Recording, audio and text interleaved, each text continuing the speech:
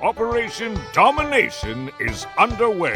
The ultimate game plan to dominate your NFL experience. With your hosts, Dan You gotta be confident about your Achilles when you Chase show up. Thornton, Yeah, I mean, I got it. and Adam LaRue. Don't hope to be great and dominate. Well, all right. Happy New Year to everybody tuning in to Operation Domination. Thank you so much for sticking with us through 2025, and hopefully 2026 will be even better for you. You can download Operation Domination on your favorite podcast app or check out our video content when you go to the Fantasy Football Advice Network YouTube channel at FF Advice Net. As always, I'm your host, Dan Mader, joined here with Chase Thornton in the building. Adam LaRue decided to take the holiday off. Well, we will see him next week when we get into playoff talk. It's week 18. No, we do not give out great regular season fantasy football advice for week 18. Why? I say it every single year. If you are in a championship in week 18, get out of the league. We have guys like Justin Herbert who are not going to play. Jordan Love's not going to play. Josh Allen's not going to play. I doubt James Cook's going to play. That's why you don't play your fantasy football championships in week 18. But we can still do things like DFS Cocktail Hour. We can still do things like give out the 2025 Fantasy Football Awards, because in my personal view, all intents and purposes, the fantasy football season is over, and this is the great opportunity to do that. A little house cleaning notes just for you guys to know, we will not be going anywhere. I'll be doing 2 episodes a week. We have our main show, Operation Domination. We'll have DFS Cocktail Hour, and we'll be transitioning into Dynasty throughout the playoffs for our Wednesday night, Thursday morning show. But I will still be doing bets with Chaz Filardi, and we'll be dropping that show on Saturday mornings throughout the playoffs because it's still time to cash. And of course, my player prop articles will continue to come out until the Super Bowl. So with that, it's a new year. It's time for a new drink. Let's get it.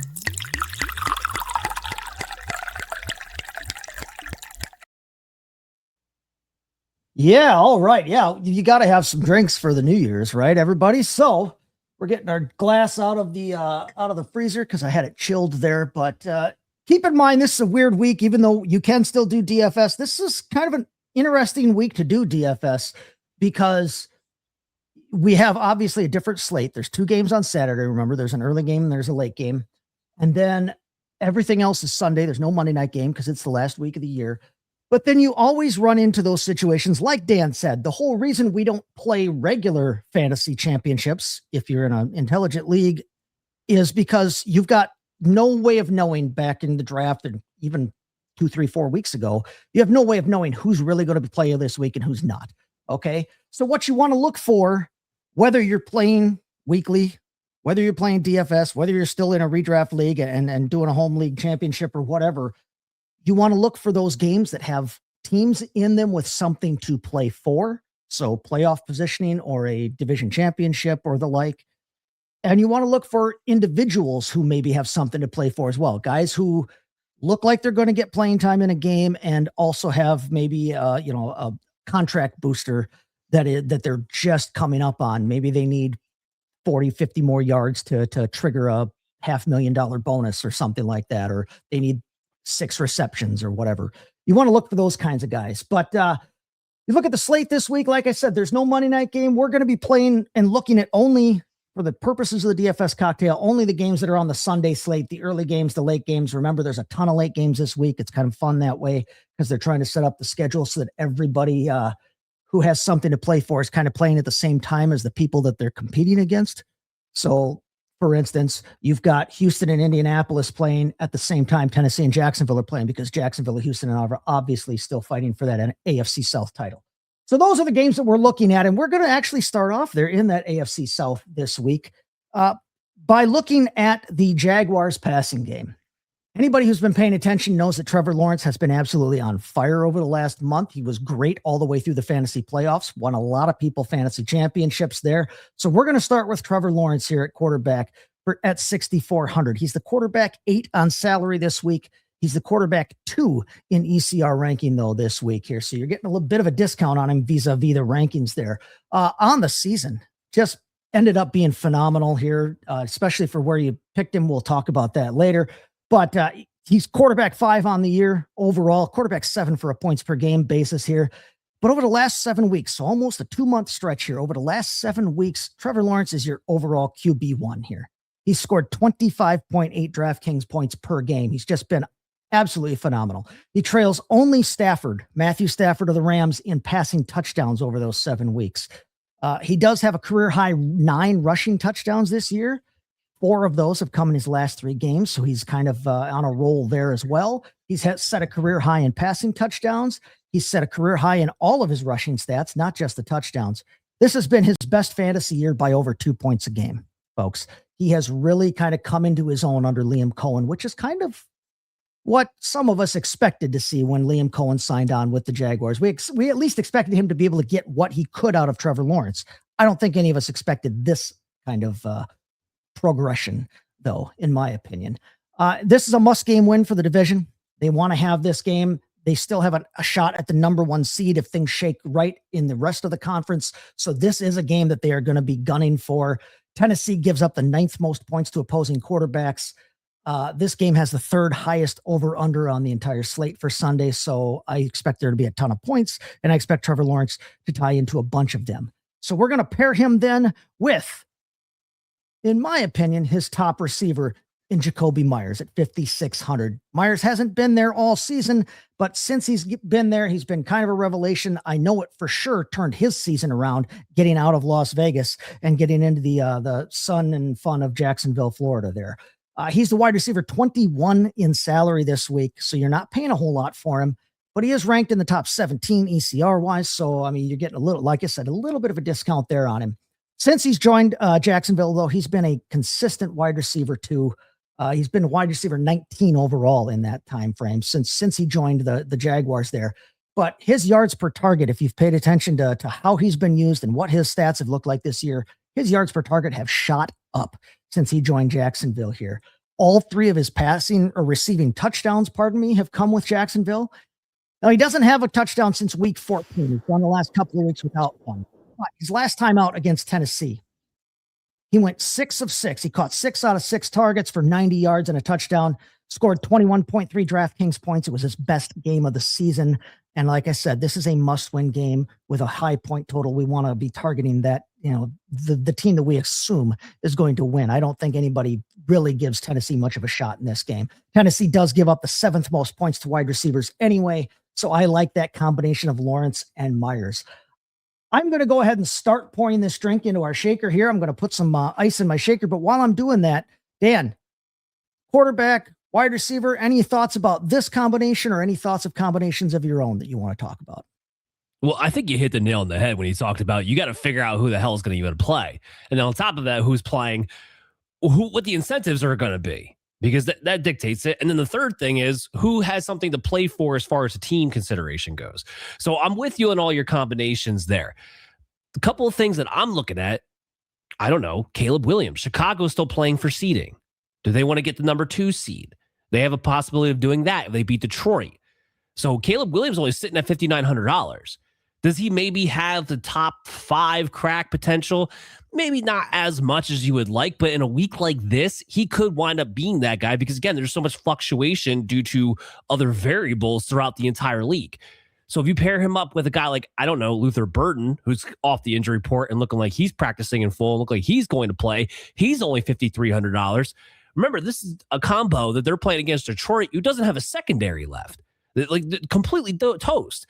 And Detroit just wants to go down, like, spoiler alert. Well, it's going to be a shootout if they have any chance of doing that. We just saw what Chicago and the San Francisco 49ers did this past Sunday night and how crazy of a game that was. And while Luther Burden and his playing time role is a little bit maddening, I still don't really quite understand why he's only the 3rd receiver in snaps with no Roma Dunze. It's like Zacchaeus has to play ahead of him. I don't know why. I get DJ Moore. but he's the one who gets the big plays. He's the one who goes off. He has 2.2 yards per route run. I mean, we're already gearing up for Luther Burden to be the number one hot name you hear all offseason going into next season as far as breakout candidates are concerned. We'll get into whether we think that's real or not over the offseason. Tune in to Operation Domination. But that's a combination heading into Detroit that I'm really all about here. So I like that one. Marvin Harrison's ruled out. Arizona's one of those teams. It's kind of funny. The teams who are out of the playoffs but are still going to play all their starters anyway, like those are the teams you could actually count on some fantasy football points for. Michael Wilson's only $6,600. Marvin Harrison's out of the lineup. We know what that means. That means double-digit targets against the Rams, who are going to play their guys maybe because they had such a bad game against Atlanta. I still don't really understand the move. I still would be shocked if the Rams played their guys past the first half because they really have nothing to play for. Like the seeding is pretty much not up to them at this point. It's going to depend on Seattle and San Francisco and how that whole thing shakes out because they can't even get the 5 seed anymore because of their loss against Atlanta. I don't really see them putting Stafford and Puka Nacua out there in harm's way, at least not for the entire 4 quarters of the game. I think the Arizona Cardinals will look to put up points as much as they possibly can. Jonathan Gannon has to get at least one win before the season closes out. I don't think it's a total lock that he doesn't lose his job unless he does, quite frankly. So I think we'll see them be aggressive in that one. And the other one I want to throw at you, Chase, is Kenneth Gainwell. $5,800. He's become that team's wide receiver 1. He's out snapping Jaylen Warren, and the touches are about even. But the most important thing, especially on a DraftKings, which is full point PPR, Kenneth Gainwell is getting like 7 catches, and they showed you last week they have no one to throw the ball. And talk about teams that have something to play for. We have a playoff game Sunday night between the Steelers and the Ravens. Whoever wins that game gets into the postseason and wins the division. So we have a playoff game there on Sunday night. They will lean on Kenneth Gainwell like they have. And he's only $5,800. It's a steal for his price tag. Nope. I like that. I like all of those suggestions there. The Caleb Williams, Luther Burden. I think we saw last week what we thought he should have been all year. I agree with you. Why the hell they didn't use him that way until last week is beyond me. I like those recommendations. I also have Michael Wilson in my lineup, in my top lineup that I'm using for the week on my DFS. I love that suggestion as well, because like you said, with no Marvin Harrison, bombs away, and he's the only one. He and Trey McBride are the only ones that catch those bombs there in the desert. And then as far as Gainwell goes, I mean, heck yeah. You just said it's a playoff game. Winner moves on, loser goes home. And, Baltimore hasn't been real easy against running backs, but they're kind of middle of the road against running backs. But like you just said, Gainwell is kind of their top receiver, especially when DK isn't, in there and with Arthur Smith doing whatever he does with tight ends and mixing and matching all of them. Baltimore does give up the 5th most points to wide receivers, so they can be had in the passing game there. So I like all of those suggestions as well. Okay, so I'm going to start mixing this drink here real quick. We're calling this one the Home League Chip this week. Okay. For those of you who might have followed me in the past, you might you might know that it has been a struggle for me in my home league. It's literally the one league I'm in that I have not won to date. I have everybody I've played with in that league. I have played in other leagues and won championships, not just beaten them or finished ahead of them, but won championships against them in that league. Well, your boy finally pulled it off this year. We got the championship in my home league, absolutely destroyed the guy. I was facing the guy that had been switching back and forth with me with high points for the week over the last 2 months. He and I met in the championship. I had the high points this week. I took home that chip. That trophy will be going in a nice prominent place there. And I'll be sharing that on social media. You can bet that you'll be seeing that, but we're calling this drink in honor of that. And in honor of the end of the fantasy season, we're calling this the Home League Chip. Okay. So I am going to add an ounce of brandy because I'm from Wisconsin and we love our brandy here. So I'm going to add an ounce of brandy to my shaker here, full of ice. I'm going to add an ounce of vodka. Then I'm going to add a half an ounce of Galliano. If you don't know what Galliano is, it's a botanical. It comes in this nice, cool, tall bottle. It's almost as tall as I am here, but it's a little bit sweet, a little bit vanilla, but it's a botanical, so it's got some floral notes in there. We're going to add a half an ounce of that in there. So that's 2.5 ounces of alcohol in there. We're going to put an ounce of lemon juice in there. And then when I go to shake this up, I'm going to add a half an ounce of pure actual maple syrup, not the corn syrup stuff, in the plastic bottle that you get and you heat in the microwave. This is real actual maple syrup boiled down out of the sap of the tree there. But before I get to shaking on that, I want to talk about who we're going to play with these two guys in our top four that we're talking about this week. I am going to play back against those Jaguars with the tight end on the other side, Chigoziem Okonkwo, at 3,400. He's pretty affordable this week. He's only the tight end 20 for salary this week. Okay. Now on the season, his stats haven't been overly great. He certainly hasn't been Trey McBride. He certainly hasn't shown any kind of Brock Bowers tendencies, but over the last 2 weeks, he's the tight end 3 overall. He should end up, after this week is over, setting career highs in receptions and targets. He's already set a career high in yards. He could tie his career high in touchdowns. His chemistry with Ward has really improved over the year, and he has looked really good over the last several weeks here. Okay. He's kind of always been one of those guys. It's been a what if guy. When he's been used, when he's seen the ball, he's been fantasy gold. He's dealt with quarterback problems his entire career. And this year, they may have solved the quarterback problem, but they still have one of the worst offensive lines that anyone has seen in this league for quite some time here. So seeing that his chemistry with Ward has gotten better, he's scoring so well this year. Jacksonville's defense has been good this year, but the one place they have been vulnerable from a fantasy standpoint is against the tight end. They've given up the 9th most points to tight ends. Last week against Indianapolis, Tyler Warren had a pretty good game against them. Chigoziem Okonkwo's last time out against Jacksonville, he didn't have a real great stat line, but he did catch 4 of 5 balls for 29 yards, and that did lead all Tennessee receivers in week 13. They've played better since then. I like him this week at 3,400 playing against them in like a game that, like I said, has one of the highest point totals on the week. And then Dan brought up the idea of the Rams, and I like Kyren Williams this week at 6,700. I'm willing to take that gamble. He's only the running back 11 salary wise, but he is ranked 6th in ECR this week. Sean McVay did say that he's going to play his starters. He thinks they need momentum entering the playoffs. They are coming off a 2-game losing streak. If you watch that game Monday night, it was kind of a collapse. They have not looked real great the last 2 weeks. He has said he wants to play the starters. They need to get some momentum. He kind of tossed some dudes under the bus almost in his post-game comments on Monday night there. But I know that everyone's worried about Blake Corum kind of emerging. Over the last month, Kyren Williams has actually, so coinciding with Corum's emergence, Kyren Williams has actually averaged more points per game over the last 4 games than he has for the season. Okay, so over the season, he's averaging about 16.1, not quite 16.1 half PPR points per game. But over the last month, he's actually averaging almost 17 a game. So he's actually boosted up over the last month compared to what he was doing over the first couple of months there. So I'm not overly worried about the Blake Corum emergence. The other part of things is that Blake Corum injured his ankle in that Monday night game. He didn't practice yesterday. Kind of worked off to the side during Thursday's practice, and there is a real question about how much or whether he's going to play.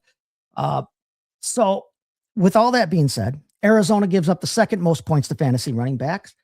I like Williams to actually be able to score quite a bit in this game. I know that they may not necessarily have a ton to play for by this game, especially if San Francisco wins. But if San Francisco loses, there are ways that the record could shake out that if LA wins, they could win the tiebreaker with the 49ers. They need a lot of help, but it's still in play. But with McVay saying that he wants to play those starters, I'm going to put more stock into Williams than I am, Corum, even if Corum does play. Week 14, last time out against this, these Arizona Cardinals, Williams went 13 rushes, 84 yards, and a touchdown. He also caught 2 balls for 13 yards, had a real nice point total, running back 9 on the week. But that was also the Blake Corum game. Blake Corum had 12 rushes, 128 yards, 2 scores, and was running back 3 on the week. You take Corum out of that, give at least some of those points, I think, to Williams. Even if it's by halftime, I think Williams scores you a good amount of points. I'm willing to roll the dice there with Kyren Williams at 6,700. I'm going to add my maple syrup to this and shake it up. But Dan, take it away in terms of tight ends, running backs, or anybody else you think you might want to add to this lineup here. Well, I'll piggyback on the Rams. You got Colby Parkinson sitting there at $3,700, and that's a good matchup there against the Arizona Cardinals, especially for the tight ends. I know Devontae Adams returned to practice in a limited capacity. There's not a shot in hell they're going to want to put him out there before the playoffs, especially coming off a hamstring injury. So as far as that goes, I'm kind of with you there with Colby Parkinson. I want to give you a flex play, though. You got to pay up for this a little bit. But I have a lineup here where it kind of fits really well. George Pickens, $7,200 on the Dallas Cowboys. Again, I talk about teams who don't have anything to play for, but are going to be playing their starters. That's where you can get a lot of good fantasy points out of if you're heading into week 18. So I like that quite a bit. And Chase, you always know me. I like to talk about defenses. Sometimes I like to throw them in there, give them a little love. Your Packers aren't playing any of their starters. They're playing Clayton Tune at the quarterback position this week. So give me the Vikings defense at $3,000, which has been playing actually quite well over the past few weeks, assuming Max Brosmer doesn't make the whole thing tank. But I'll take a shot on the Vikings at $3,000 against Clayton Tune. Yeah, I like those. I like those suggestions. Like you said, there's no way that they risk Devontae Adams for the playoffs. Colby Parkinson looks like he's emerging as the guy in terms of the tight end position in that lineup there. Another wide receiver that I happen to like, who is playing in a game where there is something to play for, Nico Collins of the Houston Texans. He's a little bit expensive at I think $7,000 this week, but I still like him as well. I was able to fit him into a lineup with Wilson, with the guys I'm talking about here. I was actually able to fit Houston's defense in as well. I like Houston's defense. But your point about the Vikings defense, Vikings are a tough defense anyway. They've been pretty good this season. Overall, they've been the toughest to score on from the quarterback position. And now you're going to throw Clayton Tune, who has started games before for the Arizona Cardinals. But yeah, it doesn't look pretty here in Green Bay. I think they're going to end up coasting in with that 7 seed. They cannot improve their station at all, no matter what the outcome of that game is. So I think that they'll be on coast mode there. And yeah, I would look for Minnesota to really do some damage and kind of end their season on a high note. They want to. But we shook that. We strained it into a coupe glass here. It's even got kind of a nice little gold color for your home league chip. We garnished it with an orange wheel there. That's your home league chip. That's the week 18 DFS cocktail. Slanjava, everybody. And let's talk about some awards. Yeah, let's do that. It looks like a pretty drink. You know what was pretty too? These awards. So what we're going to do here, talk about these positions: quarterback, running back, wide receiver, tight ends. And we're giving out the best, the busts, and the sleeper awards for each position in fantasy football this year, mostly based on their ADP versus their season finish, because ultimately that's what it boils down to. Did you draft the correct guys? Did you hit on guys that you need to, or who busted so horribly for you that they just tore apart your league this year? And we'll give a little tidbits as to what happened, why it happened, and some stuff like that. So first off, let's go. Yes, Josh Allen, quarterback 1. He was the ADP quarterback 1. You got exactly what you hoped for. The QB1 overall again. He's been in the top 6 every year since 2019. He's been in the top 3 ever since 2020. He has finished number 1 overall 4 times since 2020. No one has been more consistent as a fantasy football quarterback than Josh Allen. If you take him number 1, you are flat out getting money back on your investment every single season. And Chase, this is what's kind of a little crazy to me, is that this was actually his 3rd worst season in passing yards, his 3rd worst season in passing touchdowns. He has best completion percentage as a quarterback. So that was kind of cool to see Josh Allen be accurate. Not something we're used to at 69.3%. Take that for what you will. But he had 14 rushing touchdowns, his 2nd highest mark. Yes. So part of these awards I want to talk about is obviously a little peek into 2026. Like, do we think he can do it again? He will be 30 years old next year.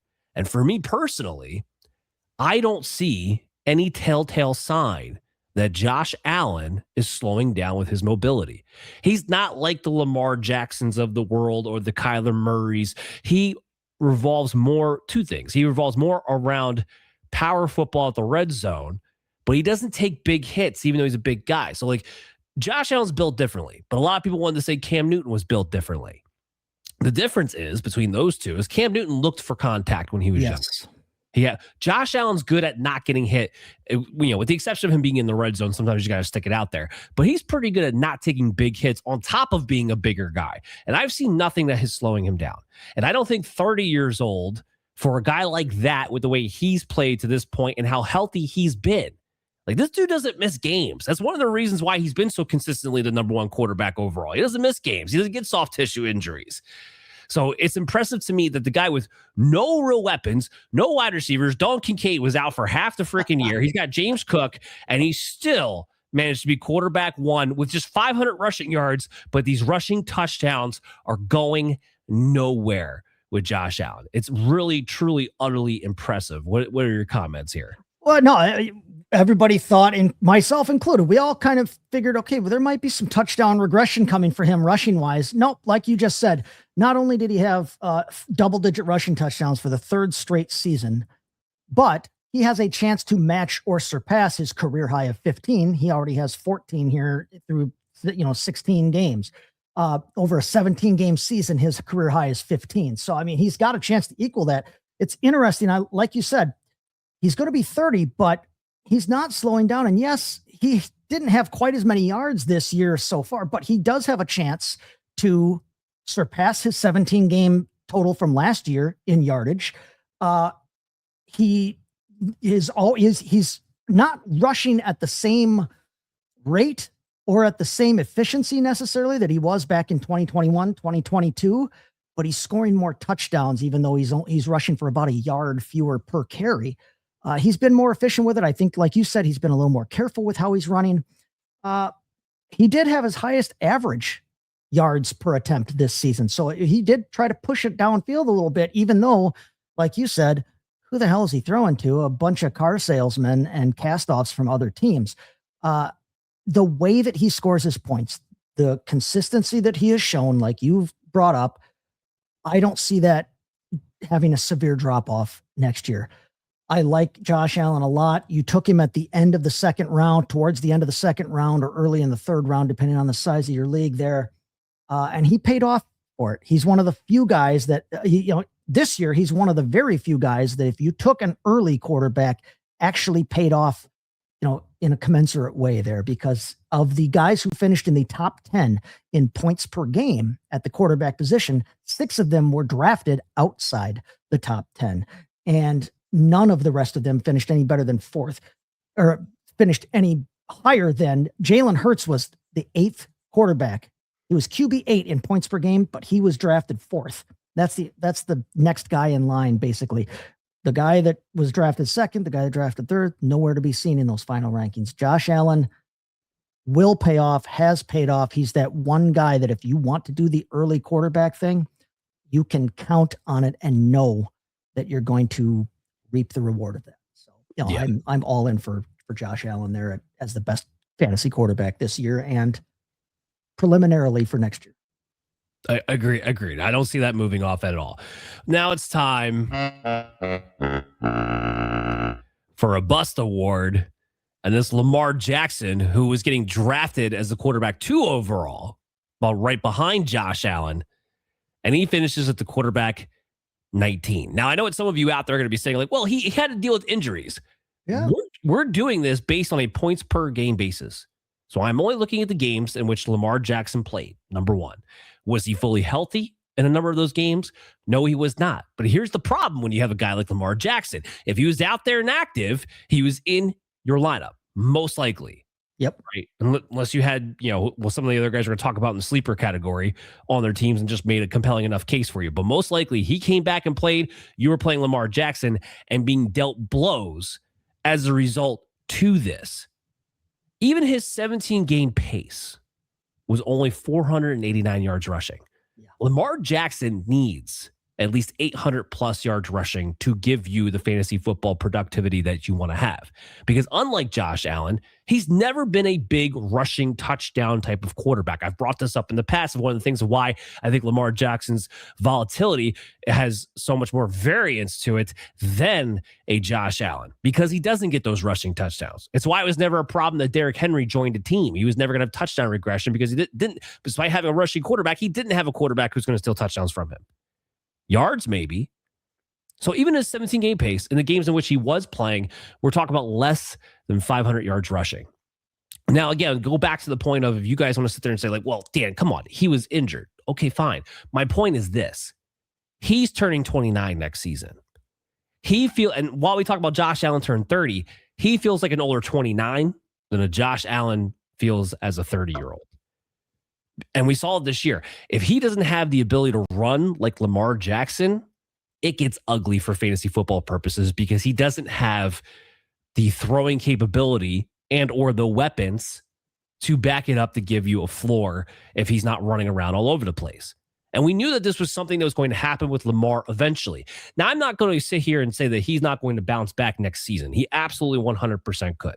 These were soft tissue injuries that will go away heading into next year. Lamar Jackson's a hell of an athlete. I'm not saying he's not going to have a bounce back season next season. But what I am saying is that we are closer than we are not to a version of Lamar who's not elusive or as elusive as we are used to. We are closer to that. And we got a taste of what that could be. And it's awful. So this is something that, like I said, next week we're transitioning into Dynasty. This is something to really consider. To maybe get out, maybe you want to play a couple games of next year to kind of get stock back up again, but to get out when you have the opportunity to do so, because you've seen what the floor could potentially be if he can't run the way he is meant to run. I don't know. What do you think? No, I agree. 30 isn't necessarily a hard cap in terms of, dynasty quarterback, or long-term quarterback, keeper quarterback type, age range. But the way that Lamar runs, the way that Lamar has scored his points, yeah, that age 30 kind of that athletic drop off that can come later in a guy's career could affect him a lot. Listen, we should have probably all known that he was never going to repeat the 40+ touchdown passes he had last season. Okay. I mean, honestly, if you look at his passing numbers this year on a per pass basis and his efficiency numbers this year, his passing numbers this year weren't crazy out of touch with the rest of his career stats. Last year was the outlier year in terms of his passing efficiency and ability and touchdowns and everything. His wide receiver core still sucks as a whole, and his tight ends both regressed this season in terms of their effectiveness. And yes, he missed 4 games, but like Dan said, on a per game basis, he just was not as good. And you brought up the rushing. Part of the problem with it is even when he played, he barely averaged over 5 rushes per game. In his whole career, he had never, regardless of how many games he played in a season, he had never averaged fewer than 8 rushes per game until this season. And this season, he barely got 5 rushes a game. If he's not rushing as much and he's not rushing as effectively and he's not a touchdown monger like Josh Allen and Jalen Hurts are, what are you left with there when his wide receivers suck and he can't make up for it with upper echelon passing ability? He's an NFL passer. He's not upper echelon like Josh Allen can be, like Drake May showed he could be, like other type guys can. So yeah, Lamar, like you said, will he be a top 12 option next year? Yes. Will he be one of the riskier guys? Yes.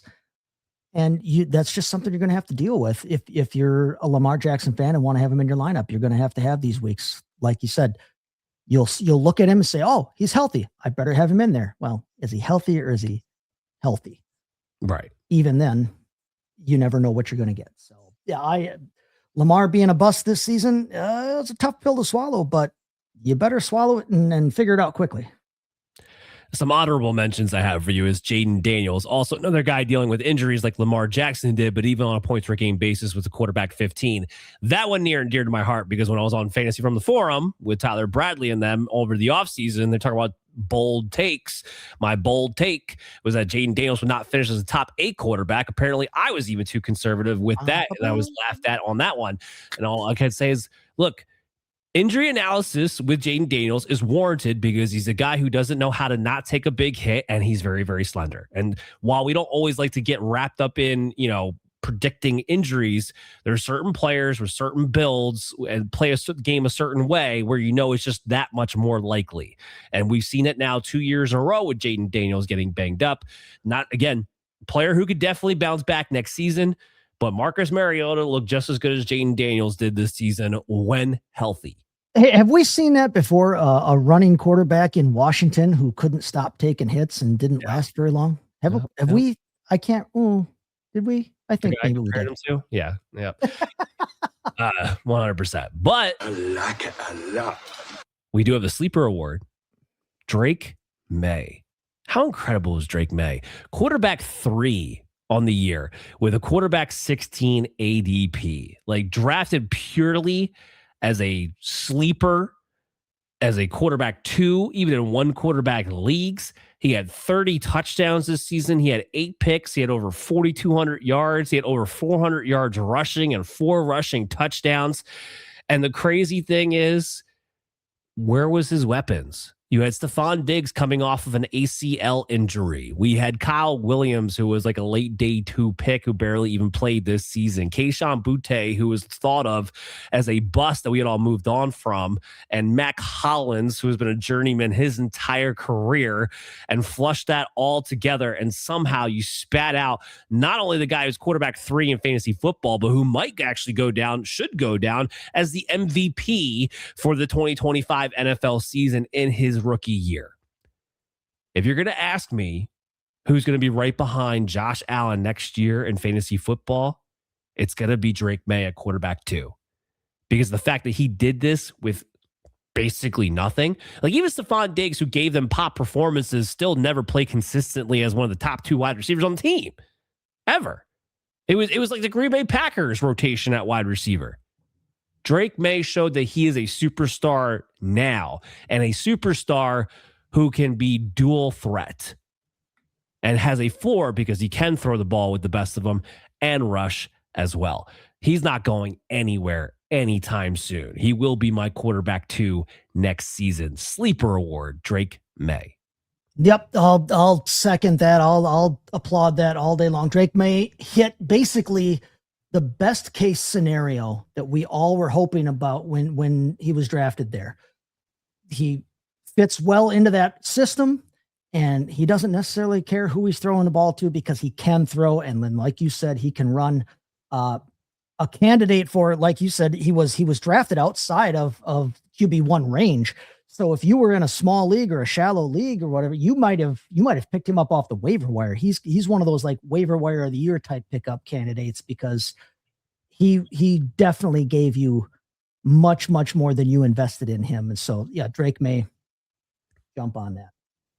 All right, so let's go to the running backs. The best award goes to Christian McCaffrey. His ADP was the running back 4. He's right now in half-point PPR leagues, the running back 1. Yep. Everyone who's terrified that McCaffrey would undoubtedly get hurt at some point this season. Maybe he sucked the life force out of the rest of the 49ers who all went down like flies, but he stayed healthy the entire year. He's had 399 touches. All right. With still a game to play, by the way. But that in and of itself is second most to his 403 total touches in 2019. And we know he's going to surpass that, on Saturday. He's going to be 30 next year. And while he might not get to this point, he's only going to wind up being like roughly 50 to 100 receiving yards away from having a second 1,000 season. Now, I grant you, it was not the most efficient 1,000 season, especially on the ground, although it has looked better as of late. But passing wise, he looks just as good of a dynamic weapon as a receiver as he ever has. And that's the big key with a Christian McCaffrey type. As he ages, he's still going to be uber valuable for fantasy football purposes. 1, he's tied to Kyle Shanahan. But 2, because of the way he catches the ball, he can age and get less efficient and maybe even phased out to some degree on the ground, but it's still going to probably be an RB2 for you even into his 30s. Now, like I said, we want to peak for next year. Am I going to be on Christian McCaffrey in the first round next year? No. That's my exact note. Yep. No, I am not. Because... look, I can't say I trashed drafting Saquon Barkley in the first round last year, which I was 100% correct about, by the way. But the biggest reason is we have a trend. If you're getting over 400 touches as a running back, doesn't go well for you the following year. And Saquon Barkley, actually, to be honest, of the running backs who had 400 touches, he probably had the best year after, because one, he just stayed healthy, which is a lot of them did not do the following year. And while he wasn't good, he was good enough because he got enough volume for fantasy football purposes to at least be an RB2. But even that in and of itself was a win for a guy who had over 400 touches. I'm more worried about McCaffrey being injured next year than I was this year. So I don't know if he's going to be top echelon RB. Like, he's going to be ranked as a top 10 running back heading into next season. I don't know if I'm going to take him as a top 10 running back heading into next season, but for this season, he gets my best running back award. Yeah, and for next year, the thing with CMC is, honestly, I will be treating him the same way next year that I have treated him for the last several years, in that I don't want to be the guy to take him, but at a certain point, if he falls to you, the reward outweighs the risk at a certain point when he falls to you. And if he falls to you, I don't want to take him number one overall, even though he will finish as the top overall player in PPR. In full PPR, he's the only player that outscores Josh Allen. In half PPR, Josh Allen outscored him by just a couple of points in terms of any position. CMC's just been an absolute monster his entire career when he's been healthy, and that is always the question with him. But he's got 96 catches. He should catch 100 balls for the first time since 2019. This is a must-win game for them here this weekend. And so, what do you do in a must-win game? In theory, you funnel the ball through your best offensive player. Who's the best offensive player on the San Francisco 49ers? It's Christian McCaffrey. Because who's the best offensive player in maybe the entire league when he's healthy? Christian McCaffrey, in terms of his versatility. He wasn't as efficient, but he is a volume king, and was a volume king, like you said, this year, 400 carries. But that 400 touch mark, that's going to have me real cautious next year. He's done it before in his career where he's followed up a high volume year with another good year, but that's a very rare thing in football. And he has shown that he can catch that injury bug from time to time. I will be cautious on him next season, but he's so awesome when he's on. Well, what I will say to that is, if you're wondering, 2019, when he had over 400 touches, he was then subsequently banged up the following 2 years. He only played 2 games in 2020. Yeah, like 3 and 7 or something like that. Yeah. He only played 7 games in 2021. Yep. So we've seen this, and then all of a sudden he went down. And that was a much younger version of Christian. And was a consensus number 1, I believe, that following year after that, and earned people hard, including, I believe, myself in probably this home league that I've been suffering in for 25 years. Yeah, of course. But it's time for a bust award. Caleb Johnson. And I know some of you might be going there like, Caleb Johnson hasn't been on my mind since September. I know. There's reason for that. He was on your mind at the draft when you drafted him as the running back 27, with the idea being that he was going to have upside from that position. So, like, it's not just that Caleb Johnson was drafted as a top 30 running back. It's the fact that he was drafted as one of those guys you had pegged as an upside play, especially for the second half of the season, as a rookie running back that they spent capital to, when we thought it was going to be Caleb Johnson and Jalen Warren splitting the playing time, not Kenneth freaking Gainwell. And Caleb Johnson was just so bad so early. Like, I remember back in July, there was reports that were like, the game just looks too fast for him. And when he did get an opportunity to play, he historically failed with fumbles and stupid plays on kickoff returns. And we haven't seen him since. Like, beyond bust, that he was completely irrelevant, and you spent significant fantasy football draft capital with high hopes for him in the first place. Yeah. 28 carries, 69 yards, 0 touchdowns, 1 catch on 2 targets for 9 yards and no touchdowns, 8.3 fantasy points. That's not even a good game for a running back that you took as a borderline running back 2, or at the worst, a flex option. That's not even a good game. And that was his season. He hasn't had a single carry since, he didn't have a single carry last week. He was a healthy scratch last week.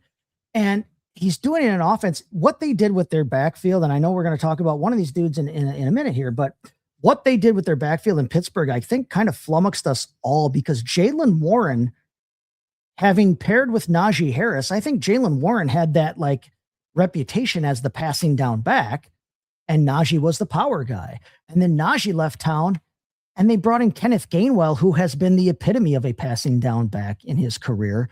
So now they had two passing down guys, and they bring in Caleb Johnson, who was not fast, is a big bruiser that we all thought coming out of Iowa would be the hammer to the lightning of either Jaylen Warren or Kenneth Gainwell. And then Johnson couldn't do a thing. And Jaylen Warren, who was looked at as a passing down guy, became the short yardage type guy. And the other two running backs in that backfield, Gainwell and Warren, both looked like wonderful fantasy pieces, if not borderline stars.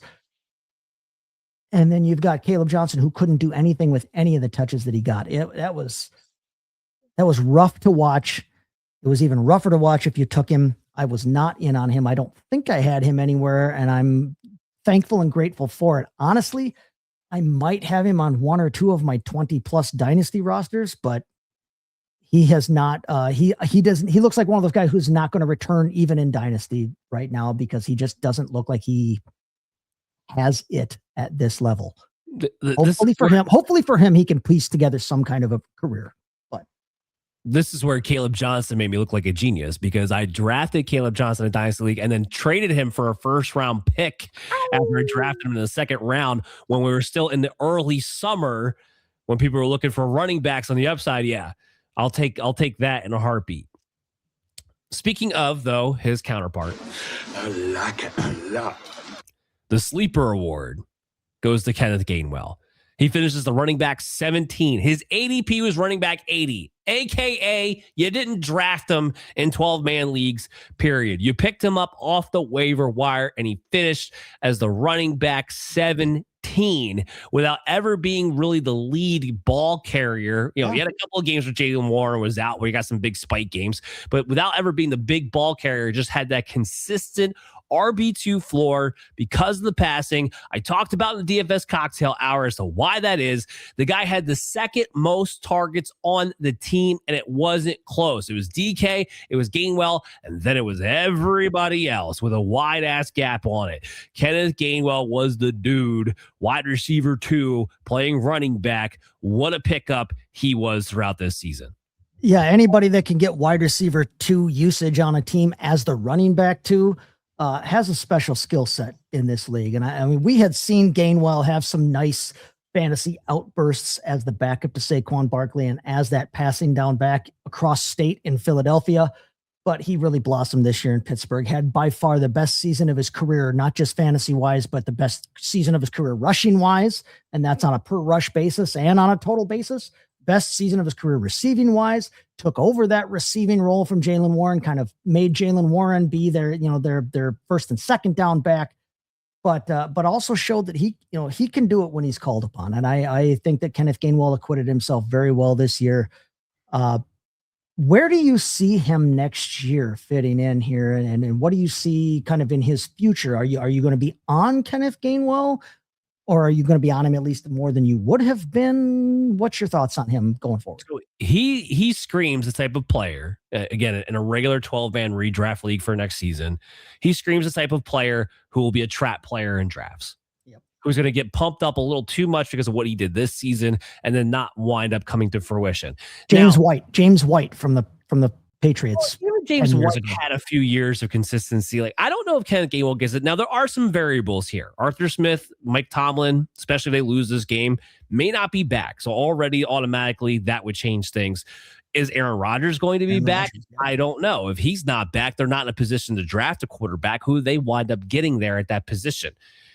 Do they wind up adding a wide receiver because they desperately need to, even if everything else stays the same? That would take away the targets from Kenneth Gainwell. That would put him back into that like 50, 60 category of running backs. Does Caleb Johnson take a step up in his second year and get a little bit better? I mean, these are all factors that come in, and it's why Kenneth Gainwell, to me, he already screams a guy that, hey, if he winds up being, let's say, in a top 36 of running backs, I'm going to probably label him a fantasy football trap for next season. Article came out today. It said that Aaron Rodgers is not necessarily committed to retirement for next season, but if he leaves or if he does retire, Another question for us to examine this offseason. Do they dare try to give that offense to Will Howard? They drafted him. They don't. I think they know full well that Will Howard is not a startable NFL quarterback. That's why you didn't see Will Howard. You saw Mason Rudolph when Aaron Rodgers was out. So I think that tells you all you need to know there. Some honorable mentions real quick. Rico Dottle, he was the running back 20, even though his ADP was the running back 55. Changed my mind on him. He changed my mind on him. Good on him. Two years in a row now, Rico Dottle has surprised. Javonte Williams was a running back 13 after being the running back 42 on ADP. He had a hell of a season. Yep. Yeah. Yep. He had a hell of a season. Kept waiting for it. I couldn't defend him anymore. And then he had a great year behind Dallas. He's one though. We got to see, does he get a contract extension or not? Do they bring him back? I'll be real curious to see. If not, whatever retread running back the Dallas Cowboys do go after, I want, because so far between him and Rico Dottle with that offensive line, they've shown like, look, we're going to produce a fantasy football running back. I mean, just look last week, Malik Davis, who had to come in for Javonte Williams, went over 100 yards and got a touchdown on 20 carries. And Malik freaking Davis.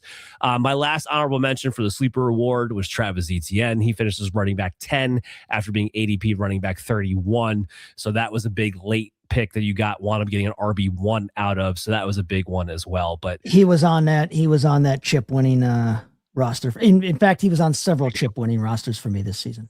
He was on a chip winning roster for me as well. So with that, let's go to the wide receivers. This one's so bittersweet for me because in March, I had him as my wide receiver 1. And then because I thought the quarterback was not going to be healthy, I moved him down a few paces. And it's Puka Nacua. Puka Nacua is going to finish as the wide receiver 1 overall. His ADP was wide receiver 7. He missed 1 game this season, averaged 19.3 half-point PPR points. That was 1.2 more than JSN, but only 0.5 more total on the season. But remember, JSN didn't miss any games. Puka missed 1 game. He went over 1,600 yards. He had a career-high 9 touchdowns. That is the key with Puka Nacua, because he only had 3 touchdowns previous to this. He had 9 touchdowns. We knew if he ever scored touchdowns, he would be a wide receiver 1 because he was already doing everything else, getting high volume, getting the yards, getting yards after catch and everything. He just needed to be able to score. I grant you that 3 of those touchdowns came with Devontae Adams out. So you had 6 with Devontae Adams on the field, but I don't care. Puka Nacua number 1. No. In fact, one of my top notes here for Puka Nacua is it's so amazing what he can do when there's another talented wide receiver on the field. Some people were scared off because of the presence of Devontae Adams on that team and the work that Devontae Adams had done last year, proving that he still has it in his, relatively advanced age in terms of being a professional football player. But we've seen Puka Nacua do this with Cooper Kupp on the team. We've seen him do it with Devontae Adams on the team, but nothing like this season. He was over 4 half PPR points per game better this year than he was last year. Okay. That's an amazing, for a guy that we already were relying on as our top wide receiver on our team. When you took him to score over 4 points per game more this season than last season is pretty spectacular, pretty amazing. He's going to have a career high in yardage by around 200 yards or so, probably more than that. He's already set a career high in receptions. He could set a career high for targets out of his 3 years already. He has just been everything you hoped for and more. And I don't see it stopping with him just because he's already outplayed what I thought of him in the draft process. So he seems to be one of those guys that just knows how to play in the league. That maybe his physical traits, when you line them up, against other guys in a vacuum, don't necessarily seem to measure up. But the way Puka Nacua plays the game, he's always open. He makes contested catches. He's a tough as nails son of a gun. I love what Puka Nacua brings to the game. And yeah, if you don't have him ranked in your top 3 yearly at this point, you might need to rethink your evaluation strategy. 100%. All right, so let's talk about a bust. Justin Jefferson was the wide receiver 2 overall drafted. He finished as the wide receiver 39 in half-point PPR and points per game. We thought Kevin O'Connell was quarterback proof. We thought Justin Jefferson was quarterback proof. For God's sakes, the guys had Josh Dobbs and Nick Mullins and still made it work. And yet nobody could be prepared for how bad J.J. McCarthy could torpedo this team the way that he did. And I thought the comments that Justin Jefferson made today, because he was asked the question, which is absolutely laughable. He was asked, do you want J.J. McCarthy back as your quarterback next year? And he said, absolutely, I do. Yeah, that's him just like saving face. He absolutely does not want to see J.J. McCarthy back there at quarterback position for the Minnesota Vikings next season. Good luck. Didn't even get 1,000 yards in 16 games played. He's only going to have 2 touchdowns on the year. He had 1,000 yards in 2023 when he played 10 games that season. Just to show you the wide discrepancy of what Justin Jefferson became. 9.1 points per game. Not even double-digit points per game in half-point PPR leagues. Unbelievable. Now, the only thing I would say to this is that maybe as a result, because everyone's so recency biased, that Justin Jefferson may be a discount next year. And I do not anticipate J.J. McCarthy being the starting quarterback for the Minnesota Vikings. I don't know if it's going to be Mac Jones. I don't know if they'll do a reunion with Kirk Cousins, but I do know they'll do something. And it won't be J.J. And anything that's not J.J., I say Justin Jefferson gets right back there into the top 3. So we'll see if we get a discount on him as a result, but bust all the way. What a fumble by that organization this season. They went all in everywhere except the quarterback position and thought they had it solved. Well, they didn't go all in the quarterback position because they traded up to go get Jason. That's what I'm saying. They let Sam Darnold go. Look at the season Sam Darnold had in Seattle. They've let Cousins go in the last couple of years. Look at Cousins is at least viable in Atlanta. They let Daniel Jones go, and look what Daniel Jones was doing before the knee injury. This team completely fumbled that position, the most important position on the field. And I said it during the draft process, and I said it when they drafted him. As a Packer fan, I was thrilled to see them take him because I was afraid that some of these other guys might fall to them. Man, do they need a quarterback. Justin Jefferson's last touchdown was in week 9, everybody. He's gone literally half a season without seeing the end zone. He's had 2 100-yard games this season, and they were back-to-back in weeks 4 and 5. He's been, by and large, he's been unusable. He has not been quarterback proof. Jamar Chase, commensurate, in terms of talent level, he's been pretty quarterback proof the last couple of years. This is Justin Jefferson's worst fantasy season by over 5 points a game. He's going to fall short of his 2023 total, like you just said, in 10 games. He scored over 168 half PPR points. He currently has 145.1 half PPR points, and he's played every game this season. He is likely going to finish short of his 10-game total from 2 years ago. And that's just inexcusable for a player of his talent. The usage that they haven't given him, I'll say, I'm not going to talk about the usage they have given him.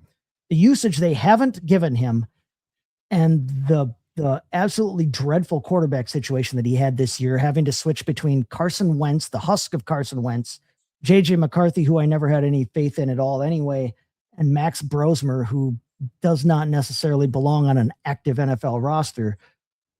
It's borderline criminal what they've done with one of the best talents in the game. We talk a lot on this show, and we have talked for years on this show about talent and betting on talent. But when all else is equal, you need to pay attention to the situation. And his situation this season was not good at the quarterback situation. So take that for what it's worth, but ouch. It's painful if you're a Justin Jefferson manager. It is. An honorable mention for you guys is Brian Thomas. He finishes the wide receiver 48 after he was being drafted as the wide receiver 8.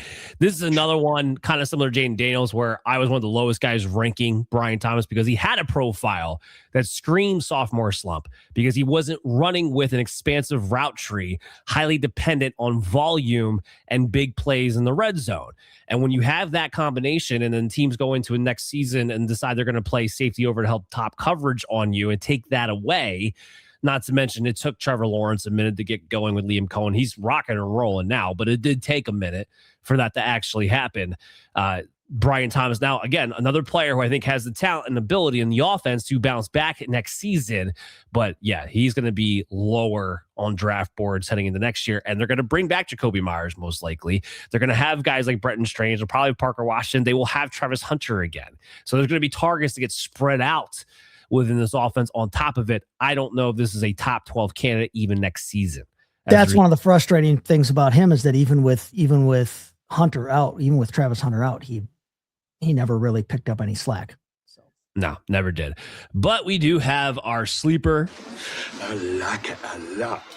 This was actually very tough for me to judge who it was going to be, but I decided ultimately, due to where he was going in drafts, or not going, because he was not getting drafted, it is Christian Watson, who on a points per game basis winds up being the wide receiver 16 after an ADP of wide receiver 128, aka not being drafted unless it was best ball leagues.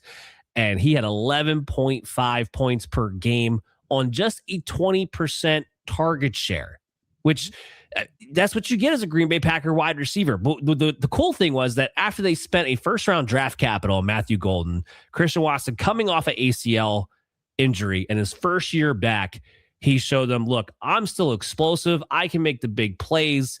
And we like that for fantasy football purposes. Is it always consistent? No, it is not always consistent. But when you need a pop and the matchup fits, you were able to play Watson pretty reliably when you wanted to throughout this season. And the fact that you picked him up off the waiver wire and he was a mid-level wide receiver too is impressive. Where it's going to be at next year, I think he's another guy kind of like Kenneth Gainwell. I think he might want to be more of a fantasy trap than a guy I want to go after next season. Again, there's just a lot of mouths to feed. It's the Packers wide receivers. We all know God knows who the hell plays here or there, who they're going to bring back and everything else in between. And ultimately, Watson, who led this team in target share, was only 20%. That's not typically a target share that's going to maintain you at a mid-level wide receiver 2 position. But for this year, the sleeper award goes to Christian Watson.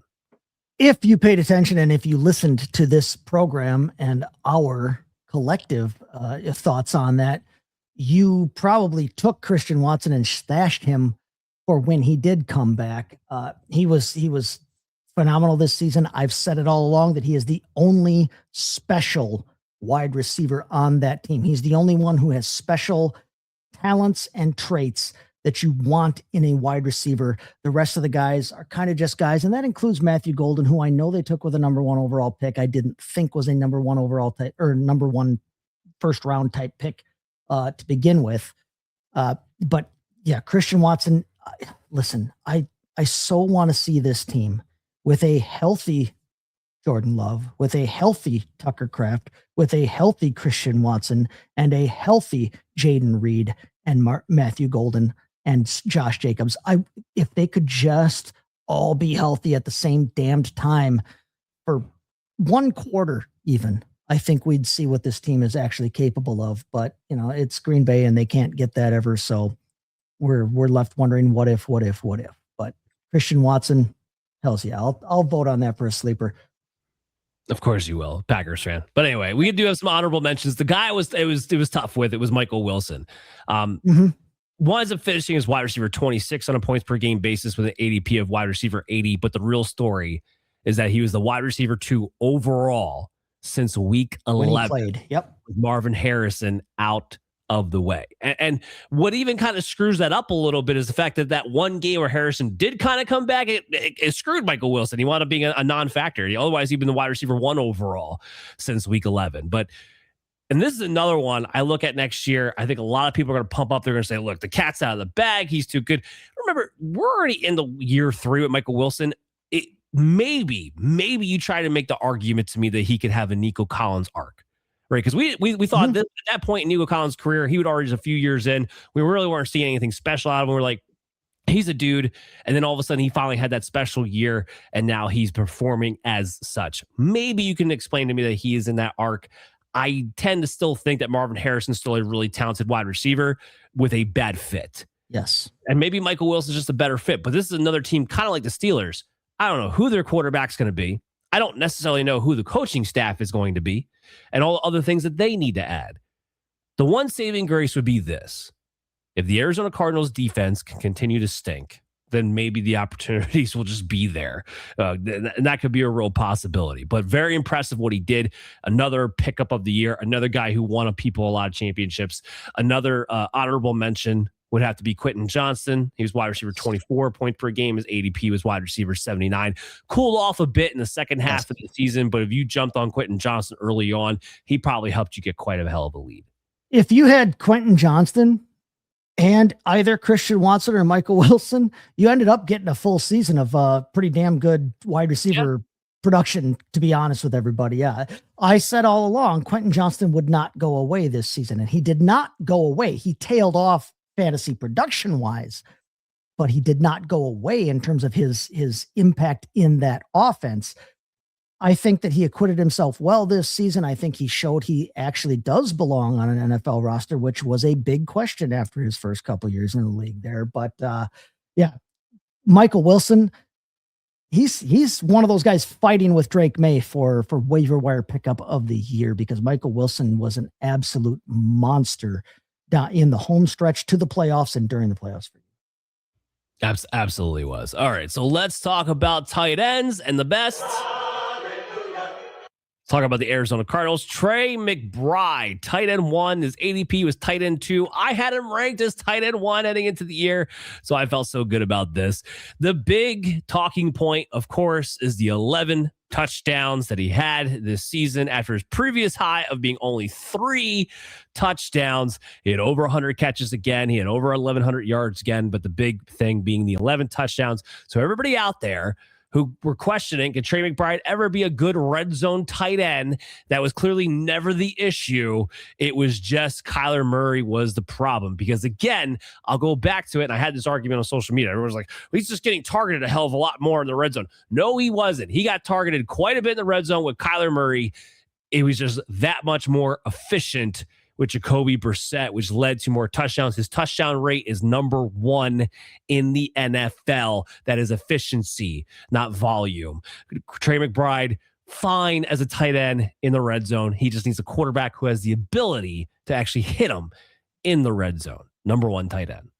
Nope. I have been a big proponent for years of a high tight end, taking that guy that you think is going to be one of the top 1 or 2, so that you don't have to piece that position together as the year goes on. He justified that completely for me. I also had him as my top guy this season.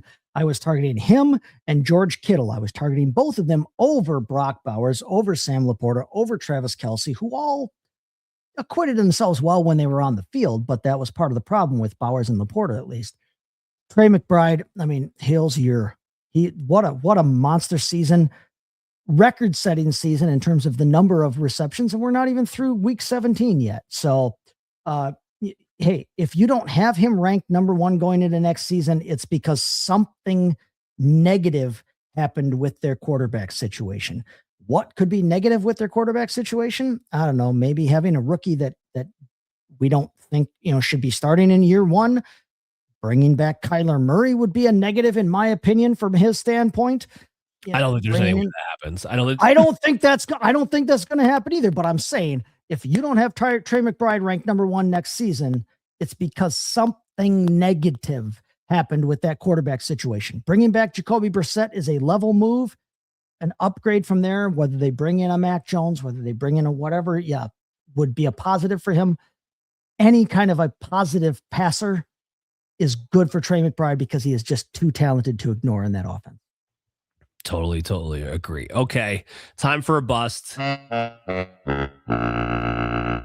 McCarthy really did a number on the Minnesota Vikings. The bust has to be TJ Hawkinson. Tight end 27 after his ADP was tight end 6. You literally had to drop Hawkinson after September. Just like Caleb Johnson, you just had to move on from him after September. 438 yards in 15 games, only 6.2 yards per target. Like, TJ Hawkinson was an all-pro tight end at one point, people. He's still good. He's still talented.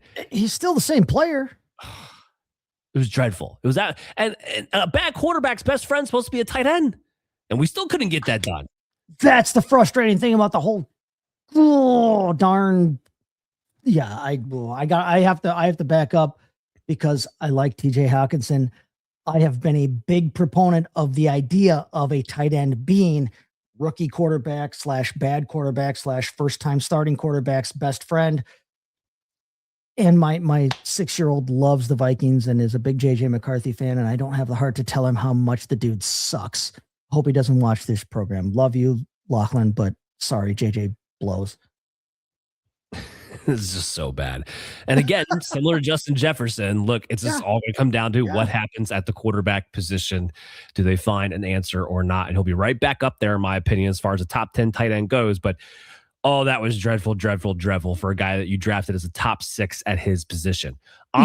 Lowest yards per target and lowest yards per reception of his career. They did not get him the ball downfield at all. And you can chalk all of it up, literally all of it up to the quarterback situation there, because he's still effective when he does get the ball in his hands. Honorable mention would be Mark Andrews. He was tight end 7 ADP, he was tight end 7 ADP. He finished as the tight end 23. And they gave him a contract extension. Like, Mark Andrews is clearly washed. It's clearly Isaiah Likely on the flipping roster, who's been playing even more than Mark Andrews as these last few weeks have gone on. And yet it looks like Isaiah Likely is going to be testing the free agent market next season, which I think is a reason why we might see Mark Andrews creep back up in the top 12 consensus or ADP next year. And I'm telling you right now, it's done. It's over. I know they gave a contract extension. That was a mistake. They're going to regret that next season. He's gone downhill each year of the last 3 years. I know he's just at the 30-year age mark, and for tight ends, it's not supposed to be the age apex, but he is a lot older than he plays. It's over like Aaron Drews. All of the reservations that we talked about a few minutes ago, or what at this point almost an hour ago, all of the reservations we talked about with Lamar Jackson have a trickle-down effect to Mark Andrews, because that is Lamar Jackson's BFF. Right. And even then, it didn't salvage this season for Mark Andrews. Not at all. But we do have a sleeper. I like it a lot. And our sleeper award goes to none other than Kyle Pitts, who finished as the tight end 6 after being the tight end 16 ADP, the guy that we said we would not die on the hill for anymore. And that's finally the year that he becomes a mid-level tight end 1. Fantasy football at its finest. He had 9.9 points in half-point PPR per game, 109 targets. That was the second most from his rookie year. His 82 receptions, also second most, or was his most on the season, and 5 touchdowns, the most of his career, 870 yards, the second most in his career. Kyle Pitts, this goes beyond, like, he had some pop games here with Drake London out, but this goes beyond even Drake London being out. He was actually pretty consistent all season long. The caveat that I will put to all of that, I'm still not sold on him. I want to see what shakes out for 2026. He was much, much, much better and much more effective with Kirk Cousins under center than he was with their presumed and assumed quarterback of the present and future in Michael Penix. Yeah, there's a lot to figure out there, because we don't know if Michael Penix is going to start at the beginning of next season. No. We don't know if Kirk Cousins is going to hang around for another year. Like, there's going to be a lot of, and there's also another coaching staff. Maybe after they beat the Rams, maybe after they beat the Rams, they still stick around. But this is still another coaching staff that may be on the way out. We don't know exactly yet. But there's a lot of variables going on with the Atlanta Falcons right now. We're in a holding pattern when it comes to Kyle Pitts. What I will say is this: late breakouts for tight ends are not unheard of. No, and he always has the athleticism to do it. So if this is a momentum builder, whether it's with Atlanta or with another team or whatever the situation may be, he's not going to fall by the wayside to me. No, he's not the paradigm shift that we all kind of thought he would be when he was taken. We all figured, he's going to change the position forever. He's the future. He's not that, but he did show he changed my mind on his ability in the league this year. Again, like I kind of said, a few players ago, we need to look at his situation and what happens with him next season. But he did change my mind in terms of his ability in this league this year. So good work, Kyle Pitts. thank you for, what you gave those of us who had you when we needed you. Some honorable mentions here would be Juwan Johnson. He finished as tight end 14 points per game. He was the ADP of tight end 34. So basically, you streamed him, especially in the first 2 months of the season. He was absolutely on fire. He was a top 5 tight end during that stretch. And then Harold Fannin, the other honorable mention here, rookie tight end, finished as the tight end 9, finished in the top 10, was ADP tight end 33. Just shocking he was able to do this not only as a rookie tight end, but with David Njoku on the same team on a bad offense. No, Hale's here. I love Harold Fannin. I'm a Browns fan. Harold Fannin had a great receiving profile coming out of college. We weren't sure how that would translate to the NFL, especially when he got drafted to the same team as David Njoku. I think he proved that he is a thing in this league, and he is going to be a problem for defenses for a long time. Juwan Johnson, he's just not consistent enough for me. I'm not necessarily ready to buy in for him. You kind of said it, and I'm going to kind of add something on top of this. He was great the first half of the season, but who was their quarterback the second half of the season, and who is presumably the quarterback of the future going forward in New Orleans? As soon as Tyler Shuck hit the field, Juwan Johnson wasn't necessarily the safety valve that he had been with. No, but he had come on the past couple of weeks. Juwan Johnson has come back up into the top performances. It come back around. It's the consistency for me. That 100%. This week, Juwan Johnson should be a nice play in DFS because Chris Olave is not going to play this week. Bingo.